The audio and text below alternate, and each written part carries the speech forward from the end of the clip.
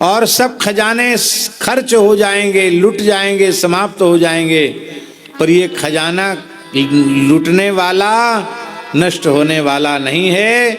खर्चे न खूटे, चोर नहीं लूटे, दिन दिन बढ़त सवायो, पायो जी मैंने राम रतन धन आयो।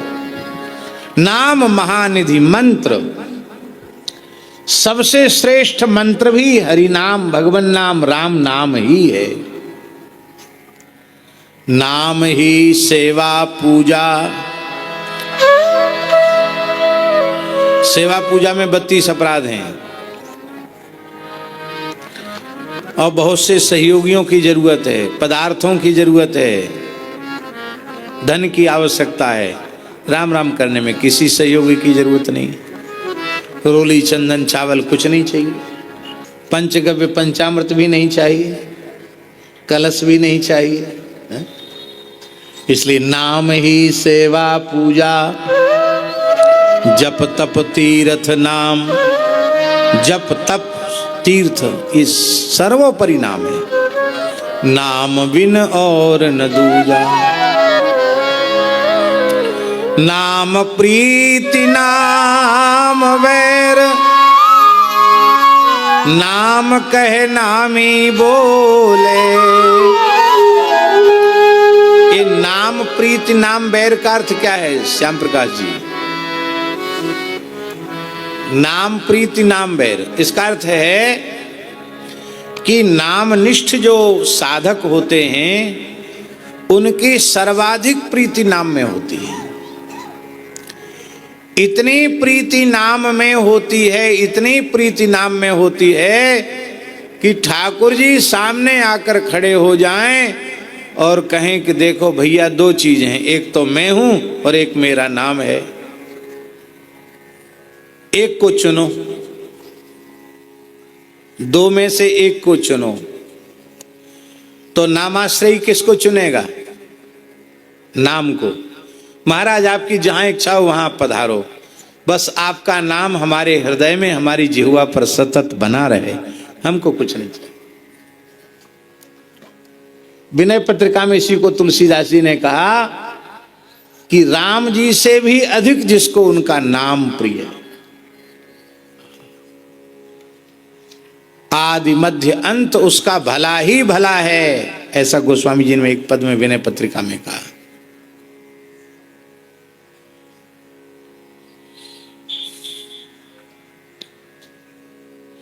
आप लोग कहेंगे नाम को छोड़ देंगे, नामी को ले लेंगे। अरे भैया, नामी तो रहेगा ही नहीं। और नाम कहे नामी बोले, नाम के साथ नामी का संबंध है। आपके पास नाम है तो नामी आपको छोड़ के कहीं नहीं जाएगा। हम लोग रास में दर्शन करते हैं, उस रास में एक पद गाते हैं,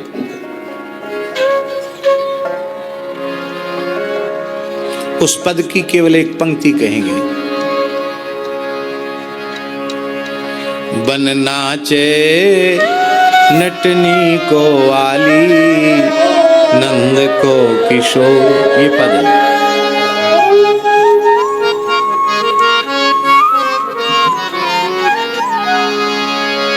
बन नाचे नटनी को वाली, नंद को किशोर। बन नाचे नटनी को वाली, नंद को किशोर। कमल कली को संग भानु की लली को राधे। कली को संग भानु की लली को राधे। जगत नचायो तेरी भों की मरोर, राधे। जगत नचायो तेरी भों की मरोर। नंद नाचे नटनी को आली, नंद को किशोर। इसी पद में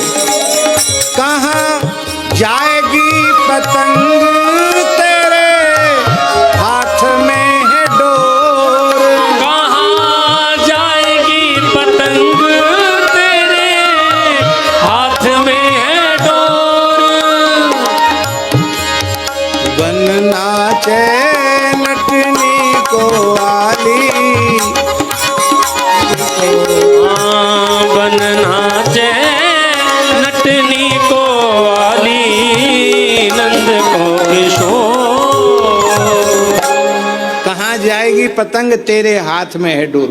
सखी कह रही है राधा रानी से कि ये ठाकुर जी तो पतंग हैं और इनकी डोरी तो तेरे हाथ में है, ये कहाँ जावेंगे, तो ये छोड़ के ना जा सकें। ये डोर क्या है गोपाल जी? नाम ही डोर है, नाम ही डोर है। संतों ने अपनी वाणी में नाम को डोर कहा। नाम डोर है। इसका तात्पर्य है, सखियां कह रही हैं, हे श्री जी, आपके रोम रोम से जो कृष्ण कृष्ण कृष्ण कृष्ण प्रकट होता है, ये श्री कृष्ण तुम्हें छोड़ के कहीं नहीं जा सकते, क्योंकि तेरे हाथ में है डोर। कृष्ण नाम की डोर है श्यामाजू आपके हाथ में। श्याम सुंदर आपको छोड़ के कहीं नहीं जा सकते। नाम रहेगा तो नामी में सामर्थ्य नहीं है कि वो छोड़ के कहीं चला जाए।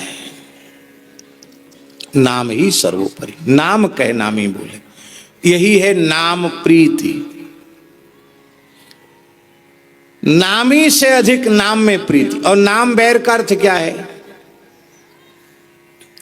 नाम निष्ठ नामाश्रयी का किसी से शत्रुता का भाव नहीं होता,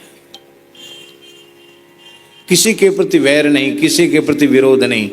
यदि ईमानदारी से भजन में लगा है तो न किसी से बैर होगा न किसी से विरोध होगा। वो सब कुछ सहन कर सकता है पर नाम की उपेक्षा सहन नहीं कर सकता।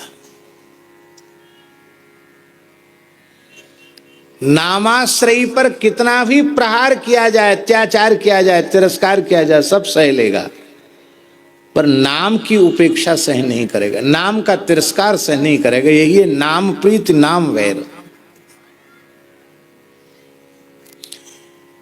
एक महात्मा थे निम्बार्क संप्रदाय के, श्री चतुरदास जी महाराज। मुरैना में विराजते थे। भगवत साक्षात्कार संपन्न सिद्ध संत थे। ऐसे नाम जापक थे कि उनके संग को प्राप्त करके भेड़ बकरी चराने वाले भी लाख लाख नाम जप प्रतिदिन कर लेते थे।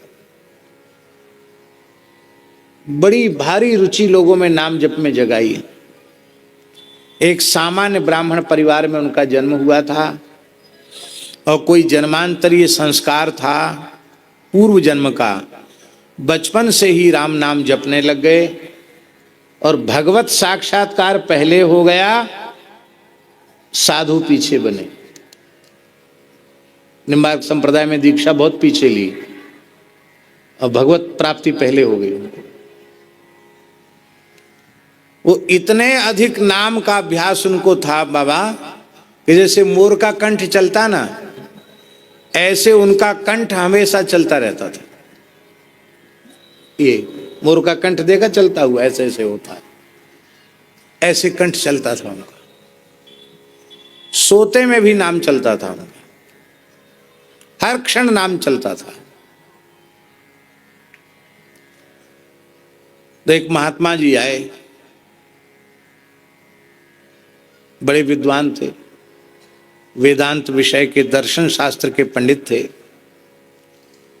उन स्वामी जी का आयोजन हुआ, लोग चतुरदास जी को बुला के ले आए, उनसे कहा बाबा मंच पे बैठो। बाबा बड़े विनम्र थे, बहुत दैन्य था उनमें, आग्रह करने पर भी मंच पे नहीं बैठे, ऐसी सामने बैठ गए जैसे श्री पुरुषोत्तम दास जी बैठे हैं, भक्तमाली जी ऐसी बैठ गए।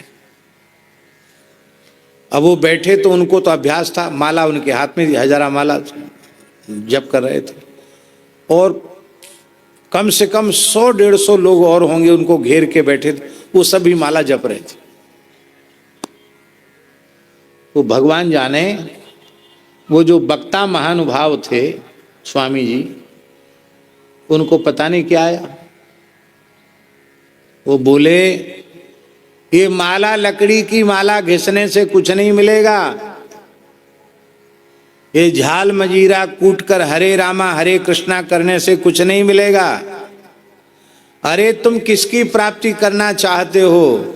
जिसको तुम पाना चाहते हो वह तो तुम खुद हो। हम यही तो तुमको समझाने आए हैं कि तुम जीव नहीं हो, तुम तो स्वयं ही ब्रह्म हो। तो फिर प्राप्ति किसकी करनी है? बस अहम ब्रह्मास्मि चिंतन करो। ये राम राम कहने की, करने की और ये माला जपने की जरूरत नहीं है। ये सब प्राइमरी साधन हैं। कथा करना, कीर्तन करना, राम राम करना। किसी बात पे चिढ़ गए होंगे, उन्होंने सोचे कि ये क्या सब हमारी वेदांत की कथा सुनेंगे, ये सब माला फेर रहे हैं। चतुर्दासी को कभी गुस्सा नहीं आया जीवन में, बड़े सरल महात्मा थे। पर नाम प्रीति नाम वैर, जैसी उन्होंने नाम की उपेक्षा सुनी, बस सुने आवेश हो गया। एक हुंकार किया उन्होंने, जैसे हमारे भरतदास जी को कभी कभी आवेश आ जाता है, ऐसे ही उन्हें आवेश आया। एक छलांग लगाई और नीचे बैठे थे ऊंचे मंच पे चढ़ गए। और चढ़े नहीं महाराज, वो जो स्वामी जी थे वक्ता महानुभाव, उनको उठा के चौकी से धड़ाम से नीचे पटक दिया। और नीचे पटक के घोंटू धर के छाती पे चढ़ गए। अब वक्ता तो अच्छे थे, तगड़े थे, और बाबा दुबले पतले थे, लेकिन उनके भीतर आवेश था। और घूंसा छाती में जड़े ऐसे, और एक ही बात कहें, हिये में धल्ले राम नाम, हिये में धल्ले राम नाम, हिये में धल्ले राम नाम, हिये में धल्ले राम नाम। घूंसे पर घूंसा। लोगों ने उनको पकड़ा, पकड़ते हुए बेहोश हो गए।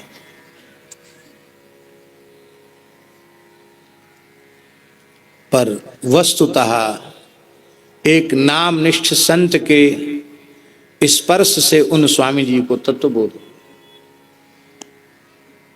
वे उठे और बोले अब जीवन पर्यंत केवल राम नाम जपना है, अब कथा प्रवचन बंद हो।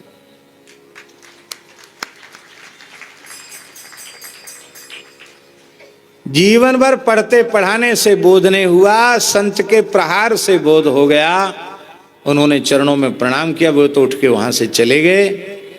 कई घंटे बाद उनकी मूर्छा दूर हुई चतुर्दास जी की, और बार बार माथा पटके और रोमे एक ही बात कहें, नाम की उपेक्षा सुनकर भी मैं जीवित क्यों हूं, मेरे प्राण क्यों नहीं निकल गए। इसको कहते हैं नाम प्रीति नाम वैर। नाम कह नामी बोले, किसी का भी नाम पुकारो तुरंत उसके कान खड़े हो जाएंगे, आवाज लगाएगा, जी आया। नाम प्रीत नाम वैर, नाम कह नामी बोले। बोले नाम अजामिल साखी, नाम भव बंधन खोले। अजामिल का चरित्र इसका साक्षी है। नाम भव बंधन से मुक्त करता है। कहां तक कहें, नाम अधिक रघुनाथ ते, राम निकट हनुमत कहो। भगवान नाम, राम नाम श्री राम जी से भी अधिक है। ये बात किसने कही? राम निकट हनुमत कहो, हनुमान जी ने कहा। त्वया तु तारिता योध्या नामनाथ भुवनत्रयम्, आपने अयोध्या को तारा है, पर आपके नाम ने तो त्रिभुवन को तार दिया। आपका नाम सर्वोपरि है, आपसे भी श्रेष्ठ आपका नाम है। यही है परम तत्व।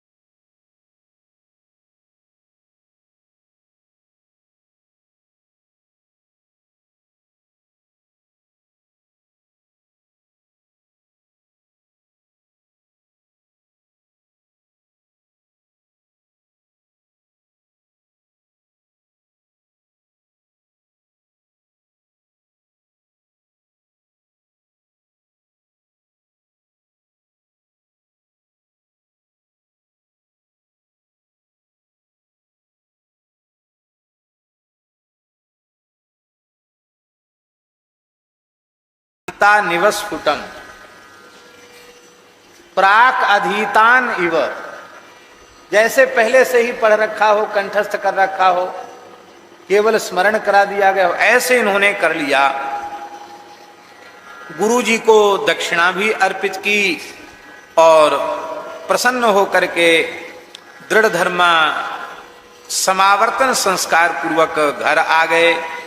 आपके पिता चित्रधर्मा ने इनका विवाह कर दिया और उनको युवराज पद पर अभिषिक्त करके चित्रधर्मा भजन करने के लिए चले गए। अध्रुवेण ध्रुवम प्राप्ता आराध्य पुरुषोत्तमम, पुरुषोत्तम की उपासना करके अध्रुवेण, ये शरीर अध्रुव है, विनाशी है, विनाशी शरीर से अविनाशी की प्राप्ति करते। ऐसा बुद्धिमताम बुद्धि ही मनीषा च मनीषिणाम, बुद्धिमानों की बुद्धिमत्ता, मनुष्यों की मनीषा इसी में है कि हम विनाशी शरीर से ऐसी आराधना उपासना भक्ति कर लें कि अविनाशी श्री कृष्ण की प्राप्ति हमें हो जाए। ये तो चित्रधन्वा तो भगवत धाम चले गए और दृढ़धन्वा वे अपनी गुणवती पत्नी के साथ प्रसन्न होकर के राज्य करने लगे। इतने प्रतापी हुए कि सारी धरती के एक छत्र सम्राट का पद इन्हें प्राप्त हो गया। 4 पुत्रों को उन्होंने जन्म दिया, उनकी पत्नी का नाम और पुत्री का वो जन्म दिया जिसका नाम था चारुमती। चित्रवाक, चित्रवाह, मणिमान, चित्रकुंडल, ये 4 पुत्र थे और चारुमती नाम की पुत्री थी। ये सभी शांत, दांत, दृढ़व्रत, रूपवान, गुणवान, श्रीमान, वेद वेदांग के ज्ञाता, धनुर्विद्या विशारद थे। बड़े गुणों का महाराज जी वर्णन है और इनके संबंध में, दृढ़धन्वा के संबंध में भगवान नारायण ने नारद जी से कहा, एक पत्नी व्रतधरो रघुनाथ इवापरा। राम जी ने जैसे एक पत्नी व्रत धारण किया, ऐसे ही दृढ़धन्वा ने एक पत्नी व्रत धारण किया। राम जी रघुनाथ जी के जैसा, ऐसा आपका दिव्य गुण था, ऐसा स्वभाव था। एक समय की बात है कि वे जंगल में मृगयार्थ गए और वहां एक मृग के ऊपर बाण का प्रहार किया। मृग वहां से भागा। मृग के शरीर से जो रक्त के कण टपके, उनका आश्रय लेकर आपने घोड़ा दौड़ाया और वहां जाकर मृग तो अंतर्धान हो गया और वे एक जगह पहुंच गए, एक आश्रम जैसी जगह थी, वहां पहुंच गए। वहां घोड़ा बांध दिया, सरोवर था, वहां बैठकर विश्राम किया। ठीक स्वस्थ हो गए तो फिर थोड़ा जल पिया, फिर स्नान किया। स्नान करके वहां बैठे थे, तब तक एक तोता आया और उस तोते ने एक श्लोक पढ़ा। बड़ी विचित्र विचित्र कथाएं हैं पुराणों में। उस तोते ने एक श्लोक पढ़ा, बड़ा प्यारा श्लोक। उस तोते ने कहा, विद्यमाना तुल सुख मालोक्यातीव भूतले न चिंतयसि तत्त्वं त्वं तत्कथं पारमेष्यसि। उस तोते ने कहा, इस विद्यमान अतुल सुख संपत्ति को, पद प्रतिष्ठा को प्राप्त करके तुम अपने परमार्थ को भूल गए हो। तुम्हें पतिव्रता पत्नी मिली, आज्ञाकारी गुणवान जितेंद्रिय पुत्र मिले, चक्रवर्ती सम्राट हो, सब कुछ तुम्हारे पास है, लेकिन ये जो कुछ तुम्हारे पास है ये रहने वाला नहीं, ये सब छूट जाएगा, इसको छोड़कर जाना पड़ेगा। तो इन्हीं में भूले भटके रहोगे इसी में आसक्त रहोगे तो तत्कथम पारमेष्यसि, तो त्वम तत्कथम पारमेष्यसि, तत्व को जाने पहचाने बिना तुम इस भव सागर से पार कैसे उतरोगे, इसकी हमको बड़ी चिंता हो रही। सब कुछ तुमको मिला, लेकिन मैं कौन हूं, किस लिए आया हूं, मेरा लक्ष्य क्या है, ये जिज्ञासा तुम्हारे भीतर नहीं आई तो ये सब मिला हुआ सब कुछ व्यर्थ हो गया। ये उस तोते के कहने का आशय था। उस शुक ने यही बात कही। बारंबार मिदम पद्यम पपाठ नृपते पुरा, श्रुत्वा तस्य बचो राजा मुमुदे मुमहे पिछो। बार बार इसी श्लोक का पाठ करने लग गया वह तोता, और राजा मोहित हो गए और अपने मन में विचार करने लगे कि क्या भगवान व्यास इस रूप में आए हैं, अथवा व्यास नंदन श्री सुखदेव जी महाराज मुझ मूढ़ को, विषय सागर में डूबे हुए को उबारने के लिए सुखदेव जी ही तोता के रूप में आ गए। ये हमको उत्तम वाणी सुनाने वाला कौन है, ये विचार कर ही रहे थे। तब तक पीछे से खोजते खोजते सेना भी वहां आ गई और वो सबके साथ वापस होकर अपने महल में चले गए। उनकी पत्नी का नाम था गुण सुंदरी। गुण सुंदरी ने कहा कि महाराज क्या बात है, भो भो पुरुष शार्दूल दौर मनस्य मिदं कुतः, उत्तिष्ठोत्तिष्ठ भूपाल भुंक्ष भोगान वचो वद। हे पुरुष श्रेष्ठ, आप उदासीन क्यों हो गए, मुंह लटक गया आपका, क्या सोच रहे हैं, पड़े हुए हैं सैया पर शोक मग्न, क्या सोच रहे हैं आप। भोगान भुंक्ष, भोगों को भोगो, अब बचो बद, हमसे मीठी बातें करो। बार बार कहने पर भी आप कुछ बोले ही नहीं। इसको कहते हैं जब चोट लग जाती है ना भीतर से, किसी महापुरुष की वाणी से चोट लग जाती है तो ऐसी ही दशा होती है। यह है महत्पुरुषों की वाणी का प्रभाव, लग जाए। इसलिए खूब कहा महापुरुषों ने, मेरे पार निकस गया सतगुरु मारा तीर, मीरा जी का पद है। री मेरे पार निकस गया सतगुरु मारा तीर, हरि मेरे पार निकस गया सतगुरु मारा तीर। री मेरे पार निकस गया सतगुरु मारा तीर, हरि मेरे पार निकस गया सतगुरु मारा तीर।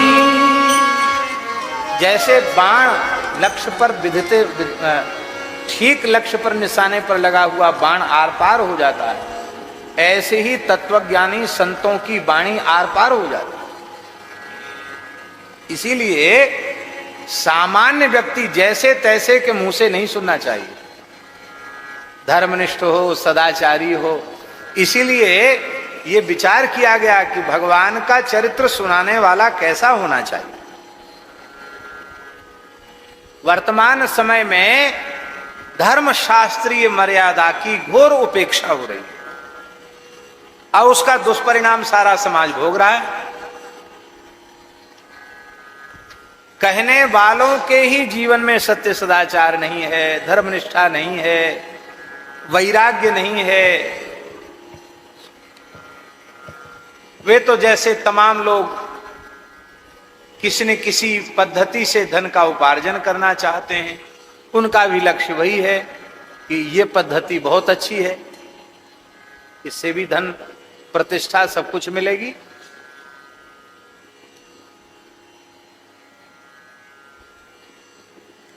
इसीलिए